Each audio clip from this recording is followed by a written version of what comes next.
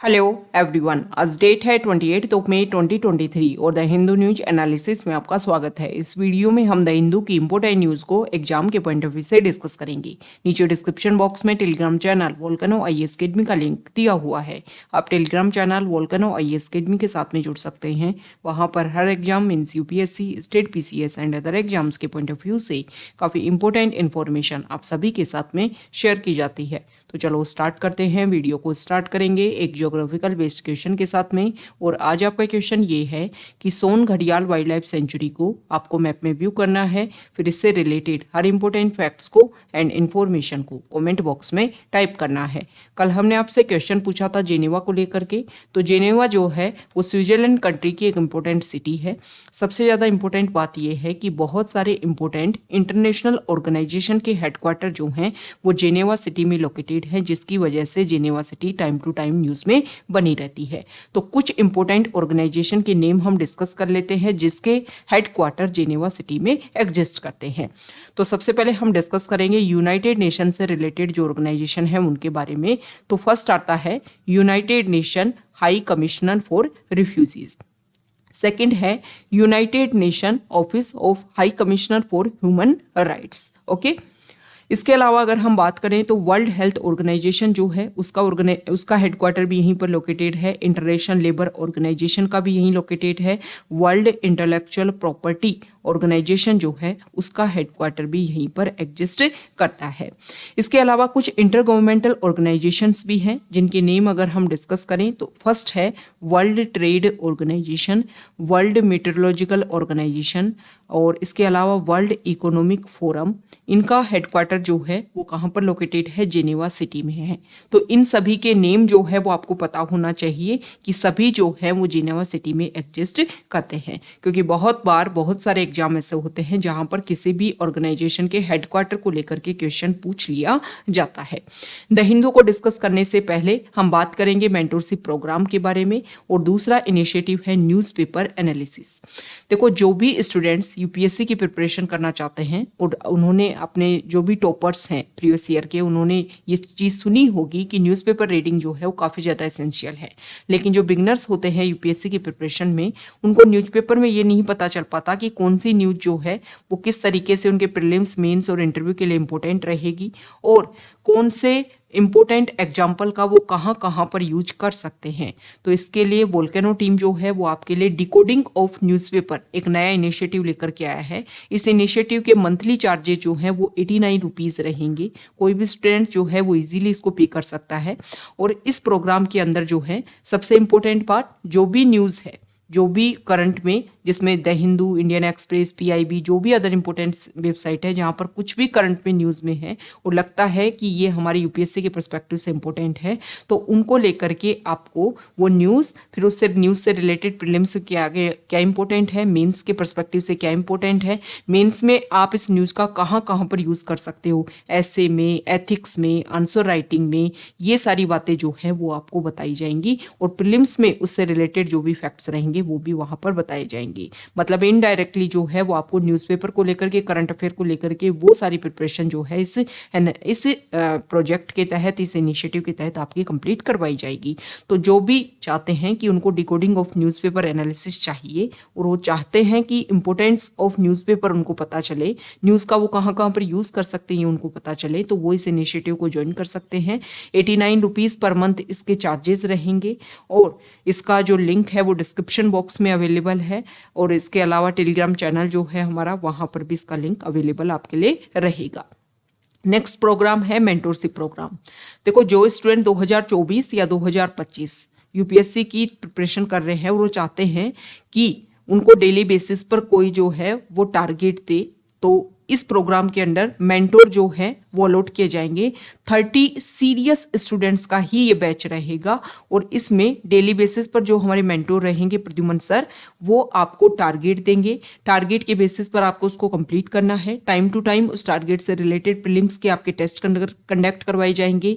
Time to time जो है वो आपको मेंस से रिलेटेड इंफॉर्मेशन दी जाएगी और डेली बेसिस पर एक क्वेश्चन आपको दिया जाएगा जिसका आंसर आपको लिखना होगा, मतलब आंसर राइटिंग की प्रैक्टिस भी यहाँ पर होगी। आपका कंप्लीट सिलेबस जो है उसमें कंप्लीट करवाया जाएगा। 10 मंथ का ये कोर्स रहेगा और इसकी जो फी है वो 8500 रुपीज़ कंप्लीट कोर्स की है, और अगर आप मंथली बेसिस पर पे करना चाहते हैं तो 1000 रुपीज़ रहेगी। ओके, तो जो भी स्टूडेंट्स जिनको लगता है कि 2024 में वो एग्जाम दे रहे हैं, उनको चाहिए कि एक टारगेट ओरिएंटेड उनकी स्टडी हो, डेली बेसिस पर उनको टारगेट मिले जिनको उनको कंप्लीट करना है। ये आपको ध्यान में रखना है कि यहाँ पर आपको टारगेट दिया जाएगा। कंप्लीट जो है वो आप अपने लेवल पर किसी वीडियो के थ्रू करो या फिर जो है वो बुक के थ्रू उस टारगेट को कंप्लीट करो, जिसमें एक डेडिकेटेड फॉर्म में, मतलब आपको टेंशन नहीं है कि आपका जो सिलेबस है वो किस तरीके से आपको डिवाइड करना है और किस तरीके से वो रिविजन उसका देखने को मिलेगा। टाइम टू टाइम जो है जो भी आपने ओल्ड टाइम में पढ़ा है उसका रिवीजन जो है वो भी यहाँ पर कंप्लीट करवाया जाएगा। तो अगर आपको लगता है कि एक प्रोग्राम आपके लिए बेनिफिशियल रहेगा तो आप उसको ज्वाइन कर सकते हैं। डिस्क्रिप्शन बॉक्स में इस प्रोग्राम का लिंक भी अवेलेबल है। इसके अलावा 2 इनिशिएटिव और है। अगर कोई स्टूडेंट सिर्फ और सिर्फ ऐसे की प्रैक्टिस करना चाहता है तो इसके लिए भी इनिशिएटिव हमने स्टार्ट करने की हम सोच रहे हैं। अगर आप इसमें इंटरेस्टेड हैं तो आप कमेंट बॉक्स में बता सकते हैं। और अगर कोई स्टूडेंट सिर्फ और सिर्फ आंसर राइटिंग की प्रैक्टिस करना चाहता है तो इसके लिए भी हम इनिशिएटिव स्टार्ट करने की सोच रहे हैं। आप कमेंट बॉक्स में बता सकते हैं। ओके, क्योंकि बहुत सारे स्टूडेंट उनको लगता है कि हमने स्टडी कर ली है, हमें सिर्फ ऐसे लिखना है, हमें सिर्फ आंसर राइटिंग करनी है, हमारे आंसर्स को कोई चेक करे, हमें हिंट प्रोवाइड करे कि हम जो है इसमें किस तरीके से इंप्रूव कर सकते हैं। तो इसके लिए भी 2 इनिशिएटिव हम स्टार्ट करेंगे जल्दी। आप कमेंट बॉक्स में हमें बता सकते हैं अगर आप इन इनिशिएटिव में इंटरेस्टेड हैं तो। द हिंदू को अगर हम डिस्कस करें तो फर्स्ट इंपॉर्टेंट न्यूज़ है द हिंदू के फ्रंट पेज पर, और यहाँ पर जो आर्टिकल है तो ये इमेज आपको शो हो रही होगी। ये हमारी पार्लियामेंट की न्यू बिल्डिंग है जो ट्राइंगल शेप में शो हो रही है। अब इसके बारे में बताया गया है आज है 28 में हमारे प्राइम मिनिस्टर जो हैं इसका इनॉग्रेशन करेंगे, और इसको लेकर के अपोजिशन पार्टी जो है उन्होंने अपोज भी किया है। वो चाहते थे कि प्रेसिडेंट के द्वारा जो है वो उनके द्वारा इसका इनॉग्रेशन करवाया जाए। तो यहाँ पर कुछ बेसिक फैक्ट है इस पार्लियामेंट की न्यू बिल्डिंग को लेकर के। लास्ट बिल्डिंग जो है 1927 में इसका इनॉग्रेशन किया गया था। टाइम टू टाइम जो है इसकी जो भी स्टोरेज है वो उसको मतलब इसकी जो कैपेसिटी है उसको इंक्रीज भी किया गया, लेकिन आने वाले टाइम में जब स्टेट्स में लोकसभा की सीट्स, राज्यसभा की सीट जब इंक्रीज होंगी तो उनके सिटिंग एरिया को कवरेज करने के लिए और जो भी एरिया था उन सबको कवर करने के लिए न्यू बिल्डिंग जो है वो बनाई गई है। लोकसभा में वही ग्रीन कारपेट का जो प्रोसीजर है वो रखा गया है, और जो राज्यसभा है वहाँ पर जो रेड कारपेट का जो प्रोसीजर है वो वहाँ पर रखा गया है। सेम प्रोसीजर अपनाया गया है। हालांकि इसकी जो स्ट्रेंथ है वो बढ़ गई है।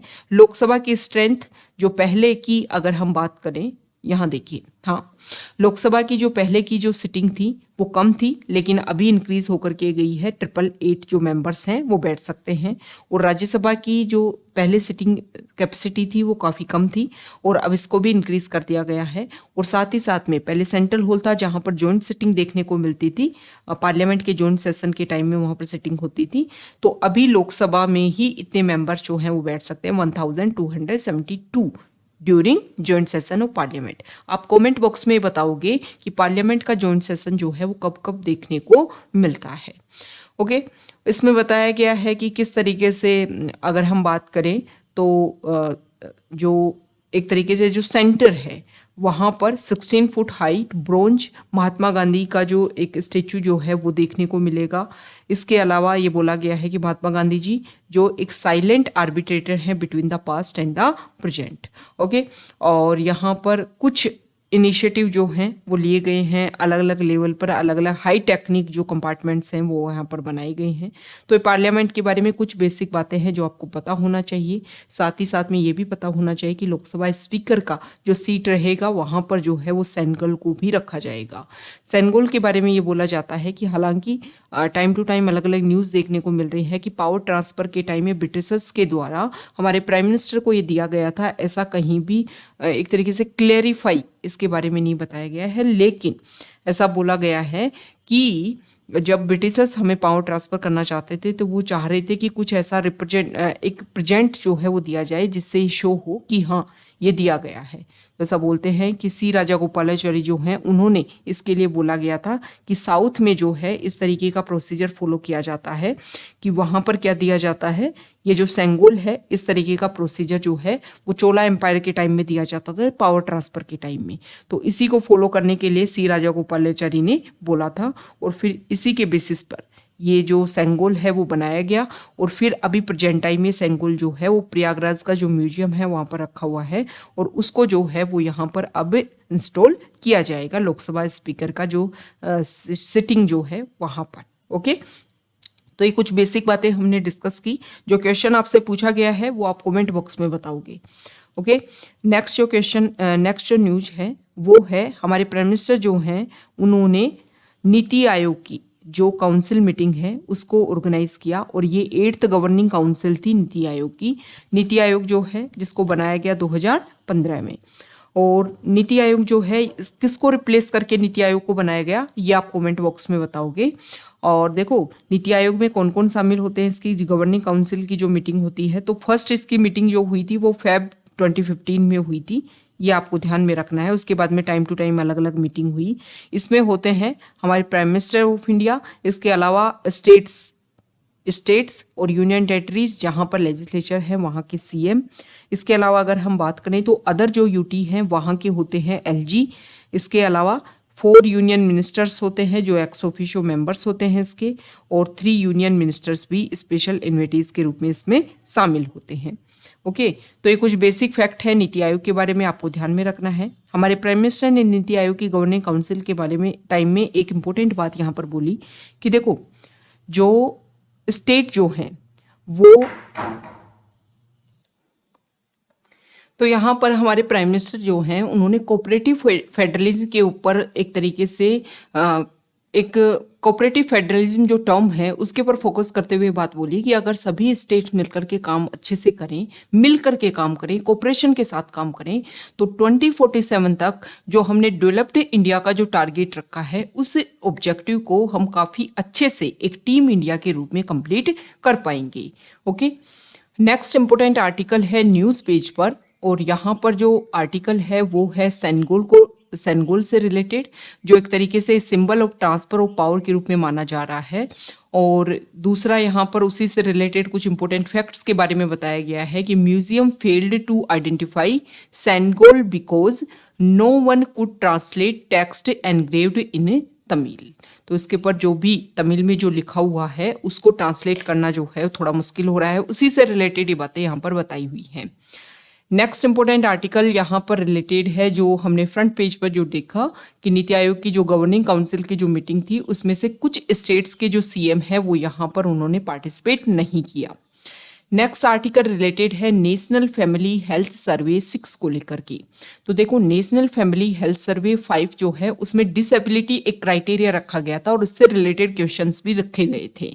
तो अभी राइट्स ग्रुप जो हैं वो डिमांड कर रहे हैं कि अभी नेशनल फैमिली हेल्थ सर्वे 6 को लेकर के जो भी सर्वे है वो स्टार्ट होएगा इस साल के जुलाई से, तो उसमें भी डिसेबिलिटी को लेकर के क्वेश्चंस रखे जाएं और उसमें भी उस सर्वे में भी इसके बारे में बातें पूछी जाए।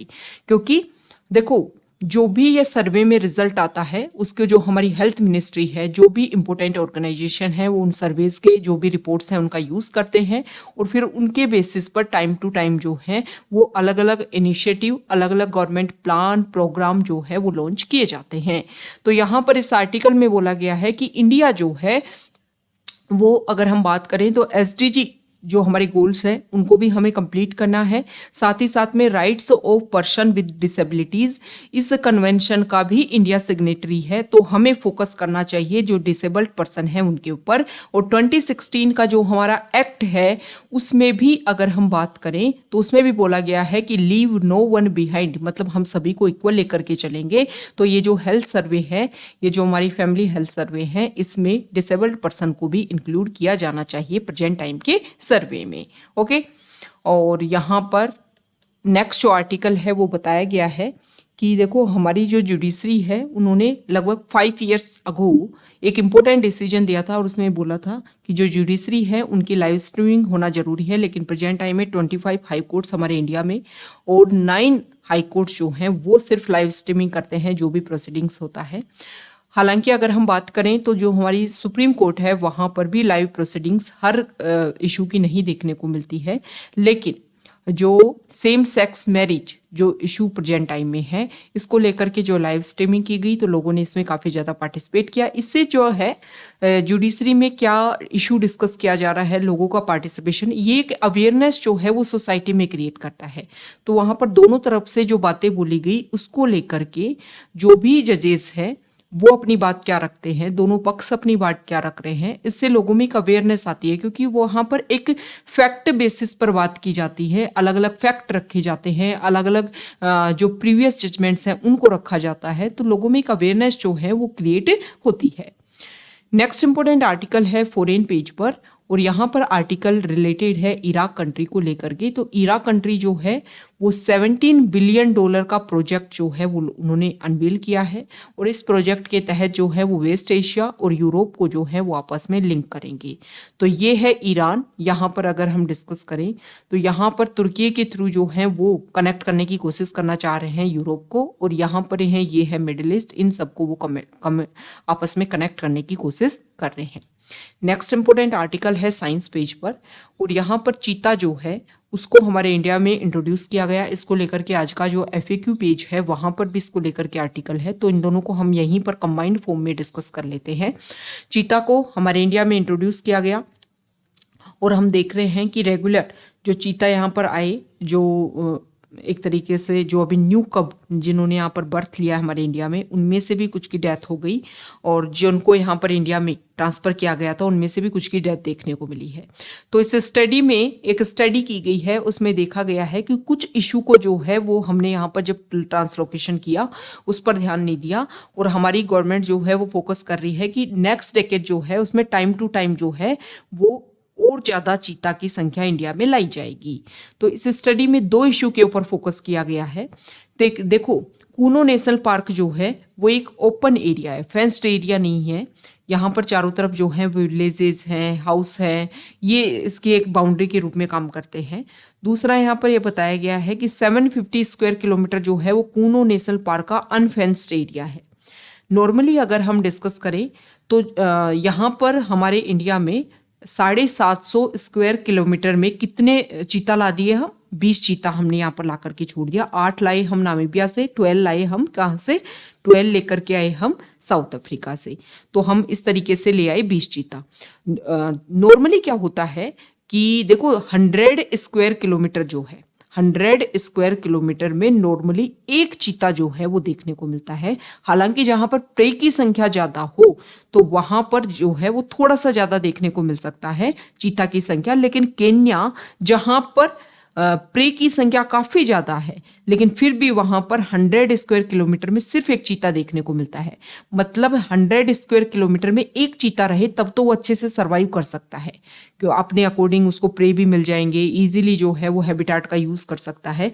लेकिन आपने कम एरिया में ज्यादा चीता, इंडिया ने 750 स्क्वायर किलोमीटर में कितने छोड़ दिए? 20 चीता। मतलब टोटली अगर आप देखो तो 100 स्क्वायर किलोमीटर में 3 चीता का रेशियो हमने रखा है। तो आप देखो इससे तो क्लैश जो है वो बढ़ेगा।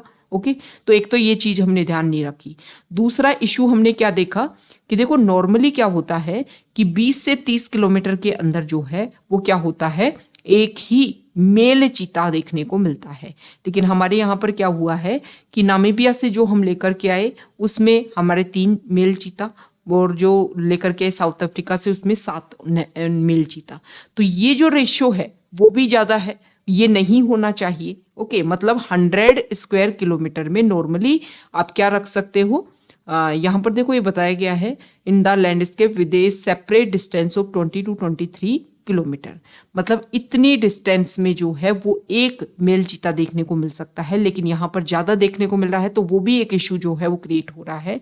और जो न्यू कब्स की जो डेथ हुई है उसमें देखने को मिला है कि उनमें न्यूट्रिशन की कमी है बच्चों में, और साथ ही साथ में अगर हम बात करें तो यहाँ पर हीट जो है वो भी ज़्यादा देखने को मिला है, जिसकी वजह से भी प्रॉब्लम ज़्यादा हो रही है। ओके, तो ये कुछ स्टडी में बातें सामने आई हैं। अगर इसके ऊपर अगर हम फोकस करें तो नेक्स्ट टाइम में जो भी हम स्पीसीज को रिइंट्रोड्यूस करने की सोच रहे हैं उनके लिए ये सारी स्टडी जो है वो पहले कंडक्ट होने की जरूरत है। देखो अब अभी कुछ टाइम पहले जो अपोजिशन पार्टी है उन्होंने अपोज किया कि पीडीएस सिस्टम के थ्रू जो आप फोर्टिफाइड राइस प्रोवाइड कर रहे हो, फोर्टिफाइड राइस मतलब जो भी राइस है उनमें माइक्रो न्यूट्रिएंट्स का इनपुट दिया जाएगा और क्या किया जाता है, जैसे राइस को पीस लिया जाता है, पीस करके उसमें माइक्रो न्यूट्रिएंट्स ऐड किए जाते हैं और फिर उनको दोबारा से राइस कर्नेल में बनाया जाता है। मतलब एक तरीके से आप ये मानिए कि जो न्यूट्रिएंट्स की कमी है बॉडी में, जैसे कि नमक जो है, नमक सॉल्ट सभी कंज्यूम करते हैं, लोगों को लगा, साइंटिस्ट को लगा कि आयोडीन जो है वो लोगों में कमी है जिसकी वजह से घेंगा रोग हो जाता है लोगों को, तो आयोडीन कैसे पहुंचाया जाए, तो आयोडीन बोली सॉल्ट जो है, सॉल्ट इजीली पुअर से पुअर, रिच से रिच पर्सन जो है वो सोल्ट का यूज करता है, तो उसमें आयोडीन को इंड्यूस करो और फिर वो लोगों की बॉडी में जाएगा। ओके तो इसी तरीके से आयरन की जो डेफिशिएंसी है जिसकी वजह से हीमोग्लोबिन की डेफिशिएंसी देखने को मिलती है, तो फोर्टिफिकेशन के थ्रू ये प्रोसीजर किया गया। लेकिन इस आर्टिकल में बताया गया है कि आयरन अगर बॉडी में ज़्यादा बढ़ जाता है तो उसकी वजह से भी प्रॉब्लम हो जाती है। नॉर्मली अगर हम देखें, नॉर्मली जो है वो ये बोला जाता है कि 10 मिलीग्राम पर डे जो है वो आप यूज कर सकते हो किसके रूप में, ये जो भी फोर्टिफाइड राइस के रूप में आयरन को यूज कर सकते हो। मैक्सिमम से मैक्सिमम अगर हम बात करें तो 40 जो है वो मिलीग्राम पर डे, इससे ज़्यादा अगर यूज़ किया जा रहा है तो उसकी वजह से इशू जो है वो क्रिएट होंगी।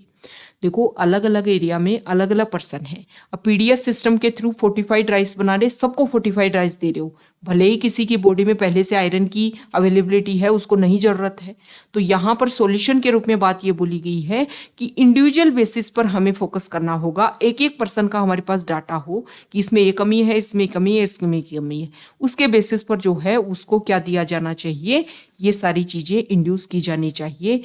फोर्टिफाइड राइस या जो भी अवेलेबल करवाना है वो इंडिविजुअल बेसिस पर अवेलेबिलिटी होने की जरूरत है, ना कि सभी को आप इक्वली फॉर्मेट में ये सारी चीजें दो।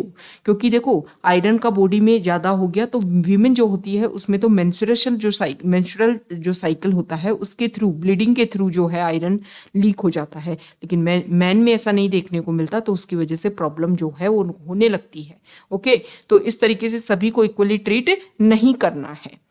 नेक्स्ट जो आर्टिकल है वो एफएक्यू को लेकर के है। तो अभी सेंसस को लेकर के गवर्नमेंट ने बोला है कि अगर कुछ लोग चाहते हैं कि वो अपने लेवल पर सेंसस के डाटा फिल करें तो पहले उन्हें नेशनल पॉपुलेशन रजिस्टर के जो इम्पोर्टेंट डाटा है वो फिल करने होंगे।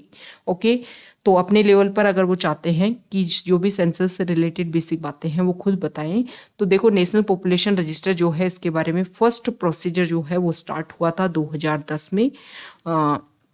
इसमें क्या होता है कि हमारे इंडिया में जितने भी रेजिडेंट्स हैं उनकी संख्या जो है उसके बारे में पता किया जाता है, कितने लोग कितनी टाइम से हमारे यहाँ पर रह रहे हैं, ये सारी बातें एनपीआर रजिस्टर में रखी जाती हैं।